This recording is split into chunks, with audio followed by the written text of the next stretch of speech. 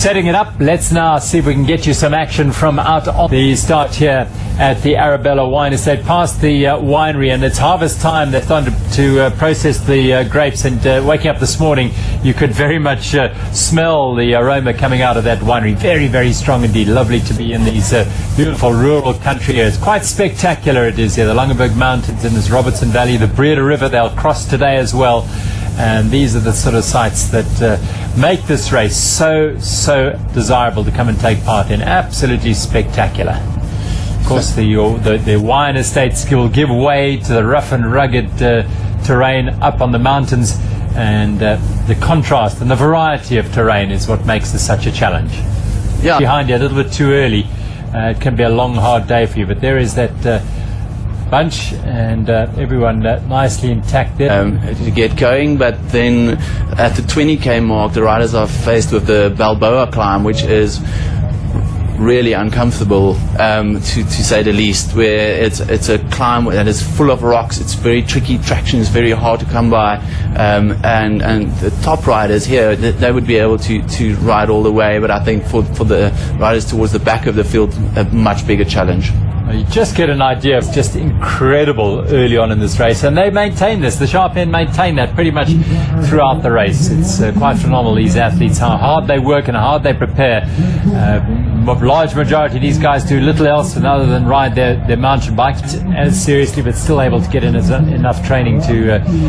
They've got two teams in this race, including the leaders in the Dimension Data Masters at the moment, and that could well have been, in fact, it could well have been Johnny Caetano or Louis Meyer, Willier 47C1.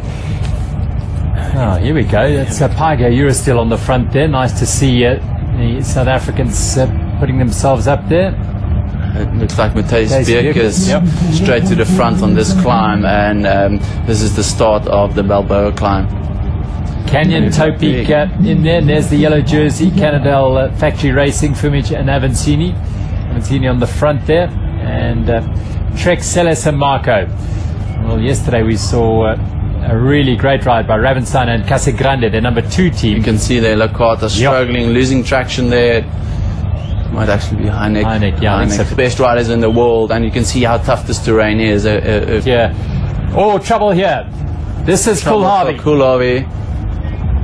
Puncher away through go Cannondale. Now the clock's going to start ticking, and this is drama for Investec Songo Specialized. So, big question is, how serious is this mechanical, and would they be able to just plug it, or just even bomb the tire, or will they need to replace the actual inner tube, in which case they would lose a lot more time?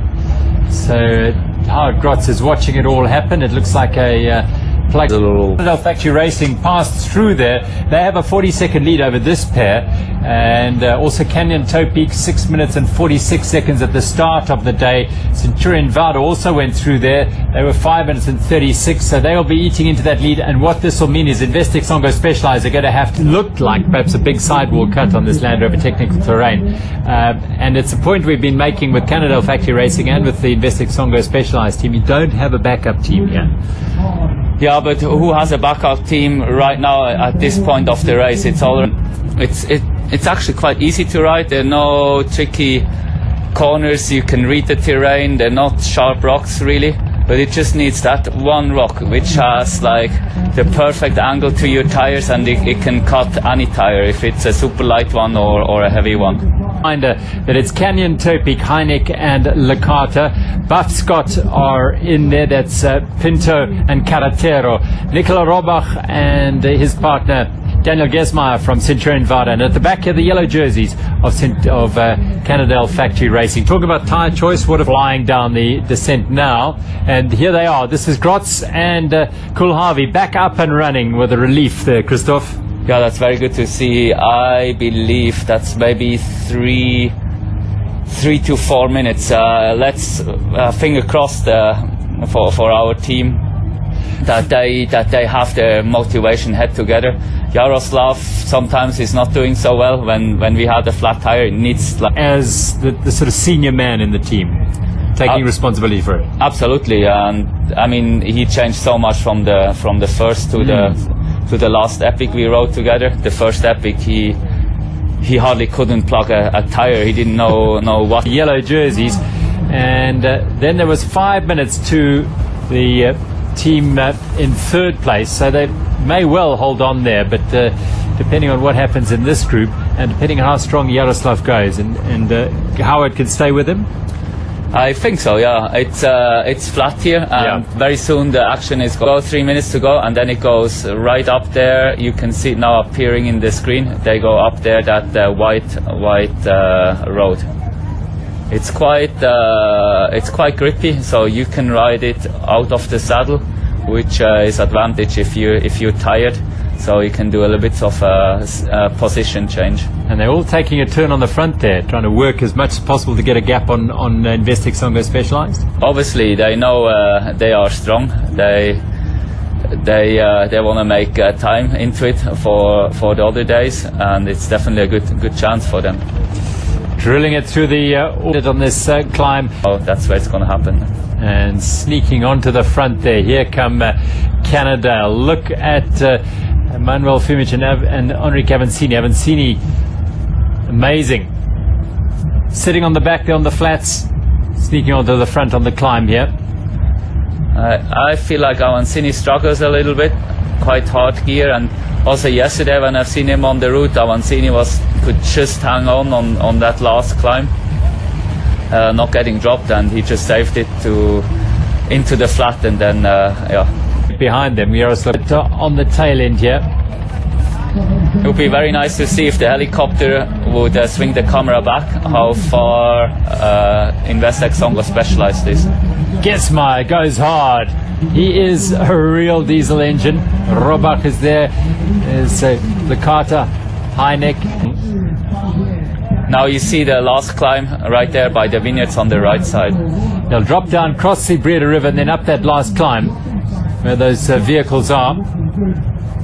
Pulls away after the corner, so if you don't have a guy makes a mistake, you can still go on the inside in fourth position, but fifth is nearly impossible. And right on the front it is the Buff Scott MTB pair of Carretero and Pinto. That's Enrique Avancini, the Brazilian.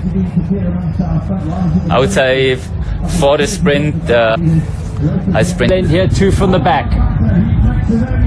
They turn right now, about less than a kilometer. Driven hard now, it's strung out by Licata. Yeah, Hinek is not looking so good. He's in trouble to close those holes. He has to go towards the front now if they want to win the sprint, because Hinek is not the best sprinter, not the best corner at the end. So he's too far back in position. This about Licata on the front here, driving it on the flats, but when it gets a little bit twisty and turny, this is where you, Christoph, have beaten him before. Now here we go, the Robach Gesma accommodation, Centurion Vada. They know the corner's coming here. They're closing in on the finish. It's a wide-ish corner. They were finished on this route yesterday, snaking away just slightly off the course. They come into the finish here. A great move by Cannondale Factory Racing, but he just snuck in front of Rohrbach there, and it's a drive to the line for Cannondale Factory Racing. Centurion Vada there. It's very good skills there from Cannondale Factory Racing. The yellow jersey have done a beautiful sprint here. It's going to be Manuel Fumic and his partner Enrique Avancini who sneak the win. And a very, very skillful piece of riding over those last few corners. The cross-country men have done it again. Have won two. Specialised of around about just under 2 minutes, maybe a minute and 50 odd. The gap to Centurion Vada will be much closer now. So Enrique Avancini. That's the podium after stage 2 of this Absa Cape Epic. A dynamic race it is, things changing all the while. Wow, that's what happens. And actually, quite a lot happens between now and when these guys actually really